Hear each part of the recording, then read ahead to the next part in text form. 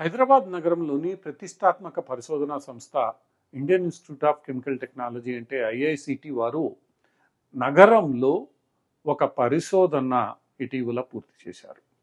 ఈ పరిశోధనలో భాగంగా నగరంలోని పలు మురుగు నీటి కాలువల్లో నుంచి శాంపిల్స్ను సేకరించి ఆ శాంపిల్స్లో యాంటీబయాటిక్ రెసిస్టెన్స్ జన్యువులను పరీక్షించారు. అంటే ఆ జన్యువుల యొక్క నమూనాలు ఏ స్థాయిలో ఉన్నాయి, అవి ఎలా ఉన్నాయి అన్న అంశాన్ని నిశితంగా పరీక్షించారు. ఈ పరీక్షలలో తేలిన అంశం ఏమిటంటే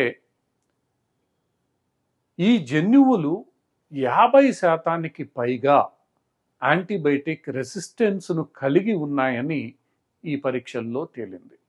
అంటే నగరంలోని మనుషులలో 50% పైగా రెసిస్టెన్స్ అంటే యాంటీబయాటిక్ రెసిస్టెన్స్ ఉండివచ్చు అన్న ఒక అంచనాకు ఈ పరిశోధనల ద్వారా సైంటిస్టులు అంటే శాస్త్రవేత్తలు వచ్చారు.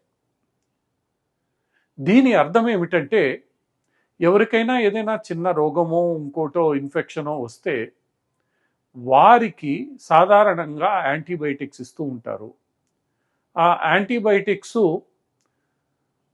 ఆ ఇన్ఫెక్షన్ను తగ్గించే ప్రయత్నం చేస్తాయి.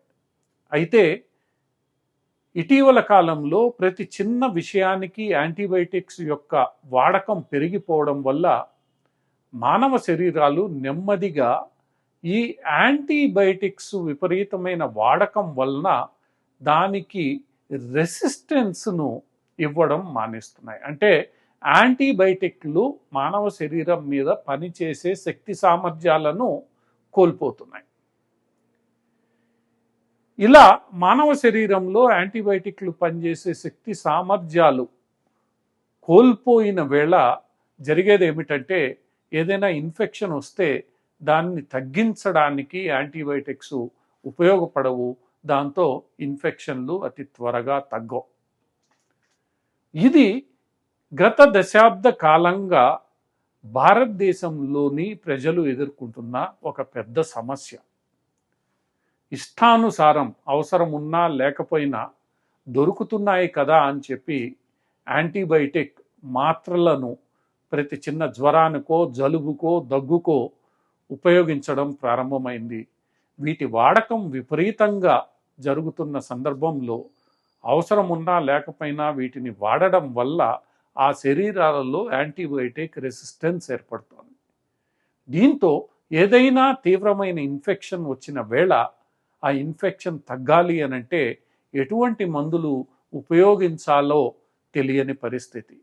అందుబాటులో ఉన్న మందులను వినియోగించినా అవి ఫలితం ఇవ్వవు. దీంతో అతి తక్కువ డోసుతో తగ్గే ఇన్ఫెక్షన్లకు కూడా ఎక్కువ డోసుతో కూడిన యాంటీబయాటిక్స్ ఇవ్వాల్సి వస్తుంది. ఇలా ఎక్కువ డోసుతో ఇచ్చే యాంటీబయాటిక్స్ నిరంతరం వాడడం వల్ల చివరకు ఆ మనిషికి యాంటీబయాటిక్స్ ఇచ్చినా కూడా ఫలితం లేని స్థాయికి చేరుకుంటాడు.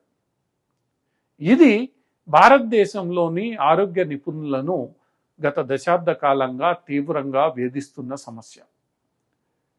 ఒక మందుల దుకాణంలో జలుబు వచ్చిందనగానే ఒక చిన్న యాంటీబయాటిక్ తీసుకొని వచ్చేస్తారు. త్వరితగతిన ఉపశమనం లభిస్తోందన్న ఆలోచనతో ఈ పని చేస్తారు. కానీ అది నిజంగా అవసరం ఉందా లేదా అన్న విషయాన్ని అటు మందుల షాపు వాడు చెప్పడు, ఇటు వ్యక్తికి అవగాహన ఉండదు. అంతకుముందు డాక్టరు జలుబు వస్తే ఆ యాంటీబయాటిక్ రాశాడను అదే జలుబు మళ్ళా వస్తే అది ఎందుకు వచ్చిందో కూడా పరిశీలించకుండానే అదే యాంటీబయాటిక్ వాడేస్తున్నారు. ఇది ఒక నిపుణులైన వైద్యుల పర్యవేక్షణ లేకుండా వ్యక్తులు తమంతట తాము తీసుకుంటున్న నిర్ణయం. ఈ నిర్ణయం కారణంగా జరుగుతున్న దుష్ఫలితం యాంటీబయాటిక్ రెసిస్టెన్స్. ఇదే విషయాన్ని ఈ ఐఐసిటి పరిశోధనలు తెలియజెప్తున్నాయి. ఎందుకంటే గతంలో కూడా కోవిడ్ సమయంలో ఐఐసిటి వారు కోవిడ్ యొక్క వ్యాప్తిని తెలుసుకోవడానికి ఇలాంటి మురుగునీటిలోనే పరీక్షలు నిర్వహించారు. తద్వారా ఆ మురుగునీటిలో ఉండే వ్యర్థాల నుండి కోవిడ్ యొక్క తీవ్రత కనుక్కున్నారు.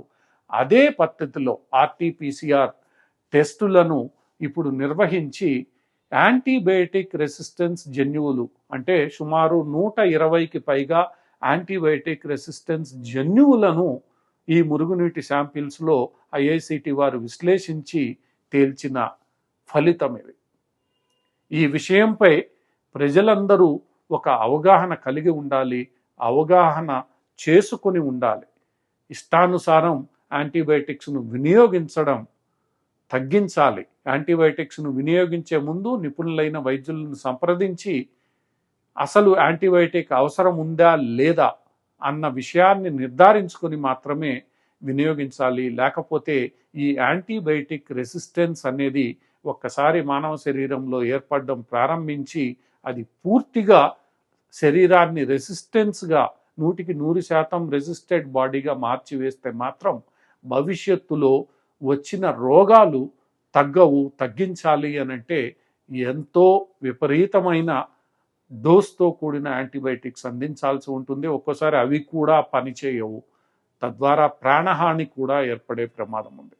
ఇకనైనా ప్రజలు యాంటీబయాటిక్స్ను వినియోగించే ముందు దాని మీద అవగాహన కల్పించుకొని అసలు వినియోగించాలనా లేదా నిపుణులైన వైద్యుల చేత సలహా తీసుకొని మాత్రమే ఉపయోగించాలి. అప్పుడే ఈ యాంటీబయాటిక్ రెసిస్టెన్సు వ్యాప్తి చెందకుండా మనం నిరోధించవచ్చు.